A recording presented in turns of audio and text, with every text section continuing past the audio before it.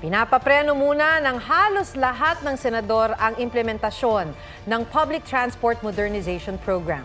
22 sa kanila ang pumirma sa resolusyon para suspindihin ito.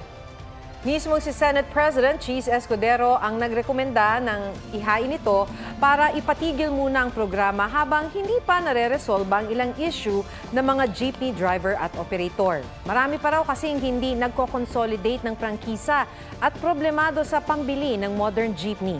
Kung ang grupong piston natuwa sa resolusyon, inalmahan naman ito ng Magnificent Seven, ang koalisyon ng transport groups na nakikiisa sa programa. Bago pa man ilabas ang resolusyon, sumulat na ang Department of Transportation kay Escudero. Anila, di raw kailangan bumili agad ng modern jeepney pag nag-consolidate. Bagamat, kailangan pa rin bumili sa susunod na 3 hanggang 4 na taon.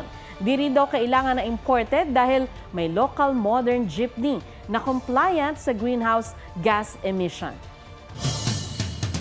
Huwag magpahuli sa mga balitang dapat ninyong malaman. Mag-subscribe sa GMA Integrated News sa YouTube. Sa mga kapuso abroad, subaybayan nyo kami sa GMA Pinoy TV at sa www.gmanews.tv.